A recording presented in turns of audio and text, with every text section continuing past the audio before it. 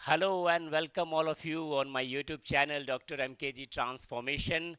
आज के क्लास में बात होगी इनवर्टिब्रेट के बिना हड्डी वाले जानवरों के एक फाइलम एनिलिडा के बारे में।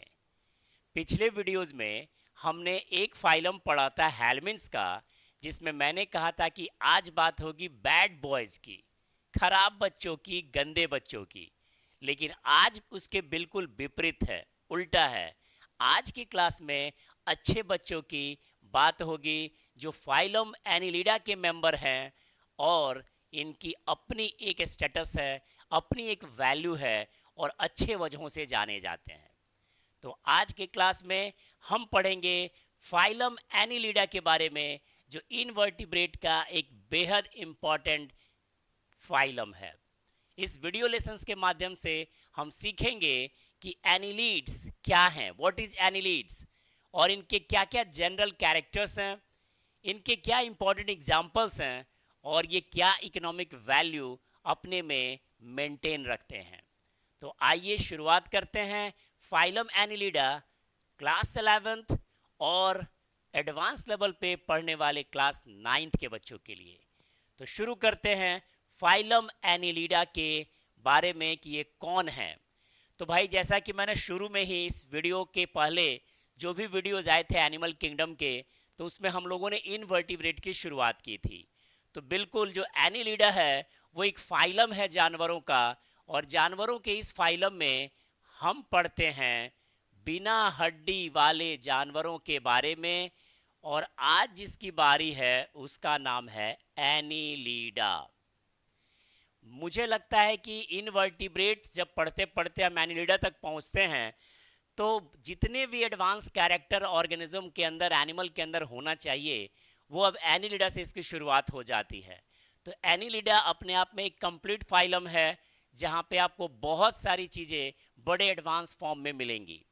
जैसे अगर हम एनिलिडा की बात करें, तो ये जो एनिलिड्स हैं, ये एक जनरल वर्ड है लैटिन का एनुलस, इसी से इनका डेवलपमेंट हुआ है। और इस एनुलस का मतलब होता है लिटिल रिंग, एक छोटा सा रिंग शेप के ये डिज़ाइन के साथ होते हैं। पूरे बॉडी में ऐसे रिंग पाए जाते हैं। एनुलस वर्ड से इनका उत्पत्ति हुआ है। यानी हर फाइलम का एक अपना मतलब होता है। अगर हम पोरीफेरा की बात करें तो पोर बियरर, सिलिंट्रेटा की बात करें तो गैस्ट्रोवास्कुलर कैविटी, अगर टीनोफोरा की बात करें तो कॉम जेली, प्लेटीहेलमिन्स की बात करें तो फ्लैट वॉर्म, एस्कहेलमिन्थ की बात करें तो राउंड वॉर्म। उसी तरीके से जब हम एनिलिडा की बात करेंगे तो दिमाग में जाएगा एनुलस, जिसका मतलब होता है लिटिल रिंग, एक रिंग शेप का। समझिए कि वो परमानेंट अंगूठी धारण कैले है, पूरा बॉडी में छोटे छोटे रिंग रिंग शेप में लिटिल रिंग्स पाया जाता है। ये मतलब होता है एनुलस का। दूसरे कैरेक्टर की तरफ आते हैं एनिलिडा के पास। मैंने कहा भरमार है इनके पास कैरेक्टर का। जो दूसरा इंपॉर्टेंट कैरेक्टर एनिलिडा के मेंबर्स में होता है वो होता है मेटामेरिक सेगमेंटेशन। पूरा बॉडी इनका सेगमेंटेड होता है, और सिमिलर सेगमेंट जो है ना, वो बहुत बार रिपीट होता है। अराउंड 100 से भी ऊपर सेगमेंट्स में बटा होता है। अगर ये इनका बॉडी है, अगर थोड़ी देर ये इनका बॉडी है, तो इनके ऊपर इस तरीके के सेगमेंट्स बार बार बार बार बार बार रिपीट होते हैं, और यही कहलाते हैं मेटामेरिक सेगमेंटेशन। बॉडी जो है बहुत सारे सेगमेंट में, सिमिलर सेगमेंट में एकदम रिपीट होता है। तो एनुलस का मतलब था लिटिल रिंग, और ये मेटामेरिक सेगमेंटेशन का मतलब हुआ कि एक सेगमेंटेड बॉडी, सिमिलर टाइप का सेगमेंट बार बार रिपीट हो रहा है। अगर आते हैं एनिलिडा के और विशेष कैरेक्टर में, तो मैंने तो आपको पहले ही कह दिया था कि हर फाइलम की 4 प्रमुख विशेषताएं आपको इंक्लूड करनी ही करनी है, और ये आप पोरीफेरा से करते आ रहे हैं। तो मुझे लगता है कि इस ट्रिक को आप अच्छी तरीके से आप समझ गए होंगे। सबसे पहला बात जो हम करते हैं वो करते हैं एनिमल का, कि इसका बॉडी वॉल कैसा है। तो प्लेटीहेलमिन से शुरुआत हो गई थी 3 लेयर का बॉडी बनना, और वो आगे सारे जानवरों तक, सारे इनवर्टिब्रेट तक, सारे वर्टिब्रेट तक यही जाएगा कि ऑर्गेनिज्म का बॉडी जो है वो 3 लेयर का बना है। और 3 लेयर के बनने की वजह से ये कहलाएंगे ट्रिप्लोब्लास्टिक। ट्रिप्लोब्लास्टिक है, यानी इनके पास कंप्लीट अपना खुद का इक्टोडर्म है, कंप्लीट मीजोडर्म है और कंप्लीट इंडोडर्म है। मतलब 3 लेयर का एकदम कंप्लीट बॉडी कहलाएगा ट्रिप्लोब्लास्टिक। तीनों है, इक्टोडर्म भी है, मीजोडर्म भी है और इंडोडर्म भी है। दूसरा कैरेक्टर, जब भी हम बात कर रहे थे, हर फाइलम में हमने यही देखा कि इसकी सिमेट्री कैसी होती है, क्या इनके बॉडी को 2 इक्वल हाफ में डिवाइड किया जा सकता है। कुछ फाइलम में आपने शुरू में देखा कि नहीं किया जा सकता था, जैसे पोरीफेरा एसाइमेट्रिकल एनिमल था, बॉडी कैन नॉट बी डिवाइडेड इनटू 2 इक्वल हाफ्स।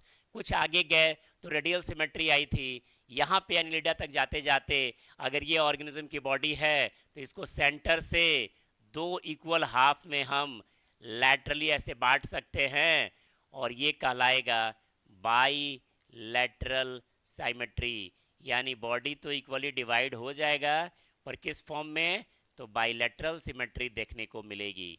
सेंटर से डिवाइड करेंगे 2 इक्वल हाफ मिलेगा, बिल्कुल हमारी बॉडी की तरह एकदम। हमारे से एनिलिडा का बड़ा अच्छा कनेक्शन भी है, हालांकि हड्डी और बिना हड्डी वाला अंतर तो बना रहता है। तीसरा इंपॉर्टेंट कैरेक्टर जो हम देख रहे थे, वो देख रहे थे कि क्या ऑर्गेनिज्म के पास सीलोम है या नहीं है।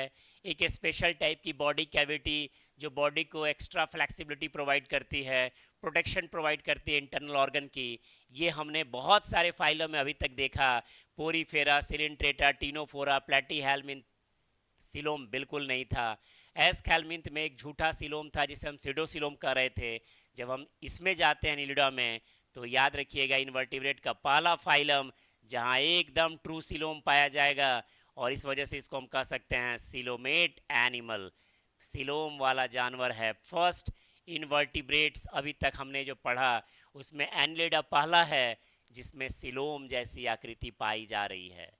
तो 4 पैरामीटर्स पे हर एनिमल्स को हमने क्लासिफाई किया है।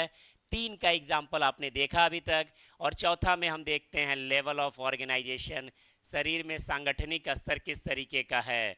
तो शरीर शुरुआत में पोरीफेरा में सेल लेवल का था, सिलिंट्रेटा टीनोफोरा में टिश्यू लेवल का था, प्लेटीहेल्मिन्थ में अकेले ऑर्गन लेवल का था, और उसके बाद के जितने भी फाइलम हैं सब में पाया जाएगा organ system level of organisation. Organ system है भैया, हमारी बॉडी की तरह है बिल्कुल, सारे वर्टिब्रेट्स भी ऐसे ही हैं, organ system level of organisation.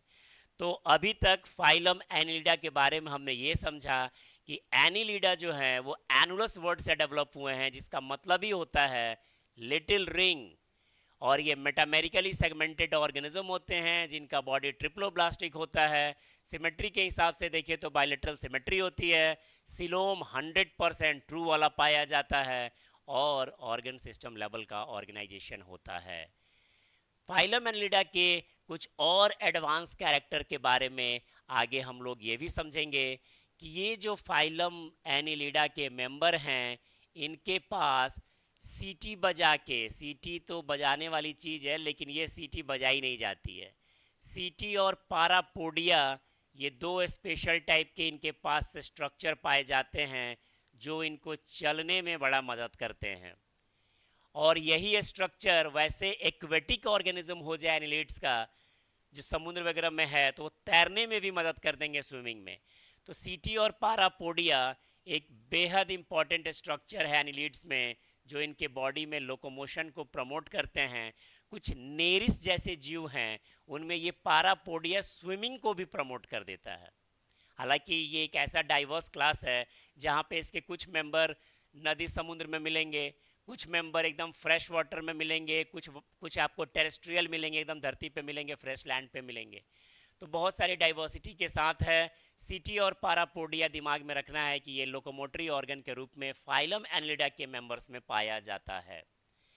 अब आते हैं, जैसे आपने प्लेटीहेल्मिन्थ पढ़ा था तो एक फ्लेम सेल स्ट्रक्चर आया था जो उनके बॉडी में ऑस्मो रेगुलेशन और एक्सक्रीशन कर रहा था। एनिलिडा के पास अपना खुद का सिस्टम है भाई, और ये सिस्टम कहलाता है नेफ्रिडिया। नेफ्रिडिया के द्वारा इनके बॉडी में वाटर का बैलेंस होगा, यानी ऑस्मो रेगुलेशन होगा, और साथ ही साथ बॉडी से सारे जो वेस्ट मटेरियल होंगे उनका रिमूवल भी जो है वो इसी के द्वारा होगा। एक्सक्रीशन में ये बहुत इंपॉर्टेंट रोल प्ले करेगा। तो एक्सक्रीशन में रोल प्ले करने की वजह से नेफ्रिडिया को हम लोग एक इम्पॉर्टेंट एक्सक्रीटरी ऑर्गन मानते हैं जो फाइलम एनिलिडा के मेंबर्स में होता है। ये नेफ्रिडिया आप थोड़ा सा एडवांस क्लासेस में पढ़ेंगे तो देखेंगे कि अलग अलग भाग में बटा रहता है। शुरुआत के लेयर में फेरिंग्स के पास, मुंह वाले हिस्से के पास जो पाया जाता है फेरेंजियल नेफ्रिडिया होता है। कुछ आपको सेप्टल नेफ्रिडिया पाए जाते हैं, कुछ इंटीग्यूमेंट्री नेफ्रिडिया पाए जाते हैं।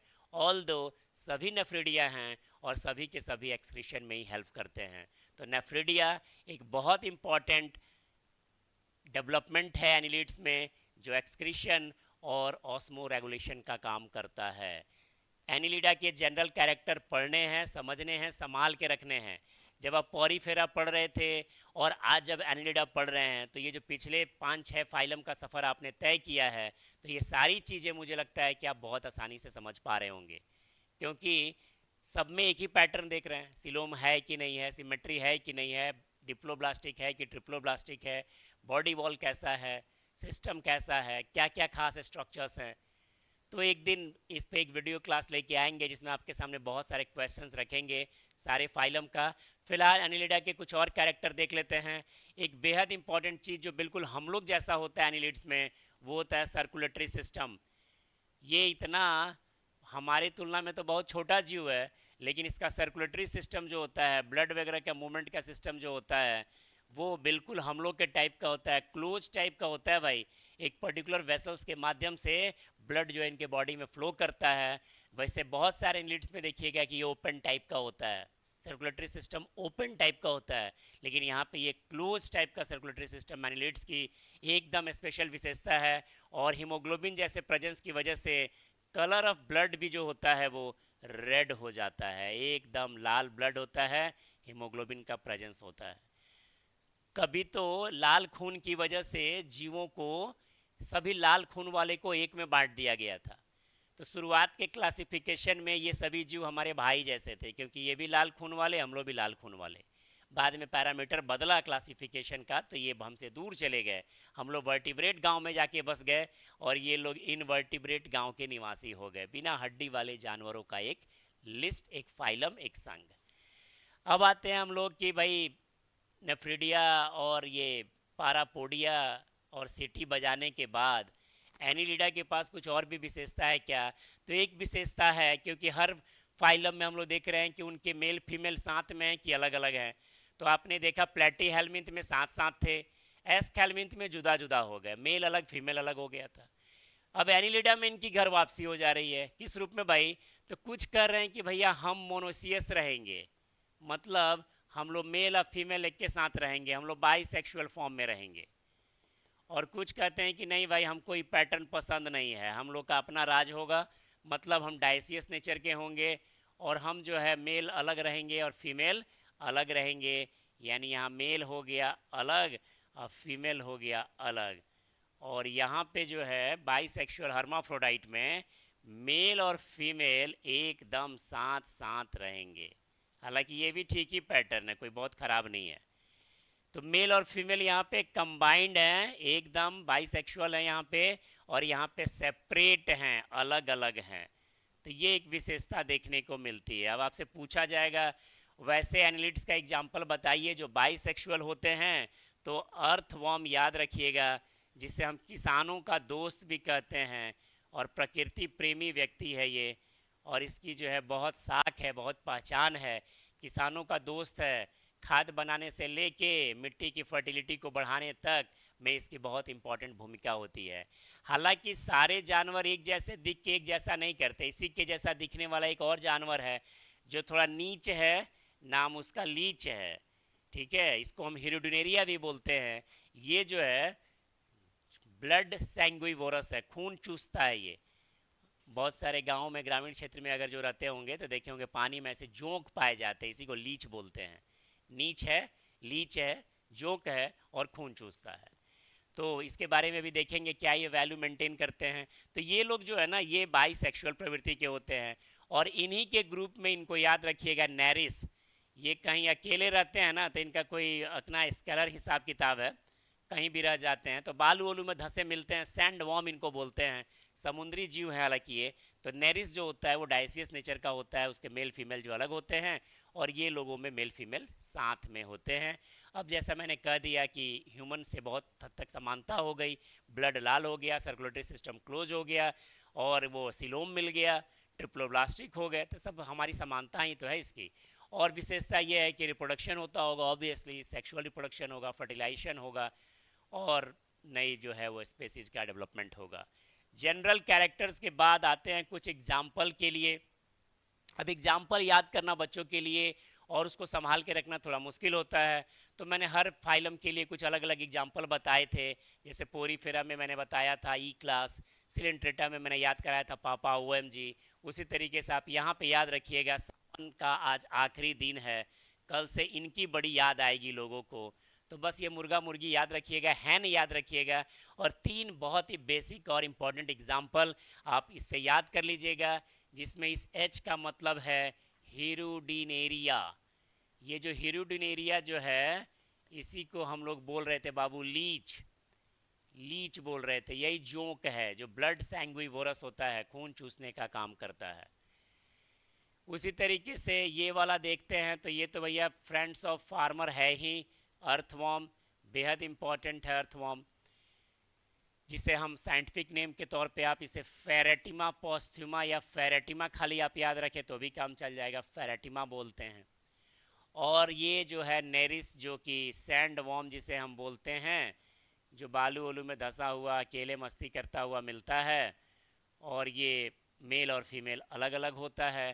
तो ये तीन एग्जाम्पल अगर आप एनिलेट्स का समझते हैं तो आपका काम समझो हो गया। वैसे एग्जाम्पल तो ऐसा नहीं है कि ये तीन ही स्पेसीज से फाइलम चल रहा है, बट एनसीईआरटी ने जिसको समझाया उसे समझना ज़्यादा ज़रूरी है। साइड बुक में तो पॉलीगॉडियस से लेके बहुत सारे एग्जाम्पल पड़े हुए हैं, बट मुझे नहीं लगता इसकी कोई आपको ज़रूरत पड़ेगी। अब खास बात यहाँ पे ये है कि ये अर्थवॉर्म है, इसे आप फ्रेंड्स ऑफ फार्मर बोलते हैं। ये इसके इकोनॉमिक वैल्यू में आप समझ लीजिएगा क्यों बोलते हैं भाई, क्योंकि ये फर्टिलिटी बढ़ाने में काम करता है, ये एक तरीके से सॉइल को फर्टिलिटी प्रोवाइड करता है, और इससे आप खाद उद भी बनाते हैं अर्थवॉर्म से। इस प्रोसेस को आपने पढ़ ही लिया होगा कभी बचपन में, वर्मी कंपोस्टिंग करते हैं आजकल, अर्थवॉर्म से जो है खाद भी बन जाता है। तो ये इस हिसाब से अर्थवॉर्म एक बहुत इंपॉर्टेंट ऑर्गेनिज्म है, बहुत प्यारा ऑर्गेनिज्म है, किसी का नुकसान नहीं पहुंचाता, और मिट्टी में जो न्यूट्रिएंट्स हैं उसी को खा पी के बेचारा अपना ज़िंदगी जीता है, और बदले में सॉइल की फर्टिलिटी भी बढ़ाता है, इकोसिस्टम में एक इम्पॉर्टेंट रोल प्ले करता है। और ये वाला तो सबसे कामयाब है कि एक तरीके से बायो फर्टिलाइजर्स के रूप में भी इसका इस्तेमाल किया जा सकता है। अगर इस हीरुडिनेरिया के बारे में आए, लीच के बारे में आए, तो ये तो वैसे ब्लड सकर होता है, लेकिन ये भी बड़ा इंपॉर्टेंट मेडिसिनल वैल्यू रखता है, क्योंकि इसके सलाइवा में, किसके सलाइवा में, इस जोंक के सलाइवा में, हीरुडिनेरिया के सलाइवा में एक स्पेशल टाइप का एंटी कोगलेंट पाया जाता है, ब्लड को क्लॉट नहीं करने वाला एंटी कोगलेंट पाया जाता है, जो एक तरीके से कह सकते हैं कि क्लॉट रिमूवल का काम करता है, और इसको हम लोग बोलते हैं एंटी कोगलेंट को हीरुडीन बोलते हैं। तो दिमाग में याद रखेंगे कि हीरुडीन पाया जाता है एंटी कोगलेंट के रूप में, जो लीच से प्राप्त होता है, उसके सलाइवा में रहता है। बहुत सारी दवाइयाँ इससे बनाई जाती हैं, एक तरीके से क्लॉट रिमूवल के रूप में काम आएगा, तो हीरुडीन बोलते हैं उसको, और हीरुडिनेरिया इसीलिए इसका नाम पड़ गया, लीच भी बोलते हैं। नेरिस के बारे में मैंने बताया कि ये जो है वो अकेला मेल है, अकेला भटकने वाला आदमी है, फीमेल भी इसकी अकेले ही भटकती हैं, समुद्र में पाए जाते हैं, सैंड वैंड में धंसे हुए मिलेंगे, कीचड़ उचड़ में, सैंड वॉर्म के नाम से जाने जाते हैं। एनिलिडा की जो फाइलम है, उसके जो जनरल कैरेक्टर्स थे, जो एनिलीड्स थे, उसके बारे में हमने समझा कि ये बिना हड्डी वाले जानवरों का एक फाइलम है एनिलिडा। एनिलिडा जो है वो मेटामेरिकली सेगमेंटेड ऑर्गेनिज्म होते हैं, ट्रिप्लोब्लास्टिक होते हैं, बायलेटरली सिमेट्रिकल होते हैं, इनके अंदर सिलोम होता है, ऑर्गन सिस्टम का ऑर्गेनाइजेशन होता है, सिटी और पारापोडिया से ये मूवमेंट करते हैं, नेफ्रिडिया से ये एक्सक्रीशन करते हैं, सर्कुलेटरी सिस्टम इनका क्लोज टाइप का होता है, और ब्लड का कलर लाल होता है। इनके एग्जाम्पल्स आपने देख लिए, इनका अपना एक इकोनॉमिक वैल्यू है। अब आप समय आ गया है कि आप ये सारे फाइलम्स को एक साथ कोरिलेट करके पढ़ें। अगर आपने एक अच्छी तरीके से समझ लिया तो सारे फाइलम आपको समझ में आ जाएंगे। और बचे हुए जो अर्थ्रोपोडा, मोलस्का, इकाइनोडर्माटा, हेमिकोडेटा है, इनवर्टिब्रेट के 4 बचे हैं, फिर वर्टिब्रेट बचे हैं। आने वाले 2-3 दिन में इसको भी हम लोग कंप्लीट कर लेंगे। चैनल के साथ बने रहिए, चीज़ों को समझिए, पढ़िए और पढ़ने का प्रयास करिए। ये एक छोटी सी इनिशिएटिव्स है जिससे कुछ बच्चों के जीवन में एक कंसेप्ट का रोशनी बिखेरा जा सके। Thank you for watching and have a nice day. And today is Raksha Bandhan, so celebrate Raksha Bandhan and enjoy your days. Thank you and have a nice day.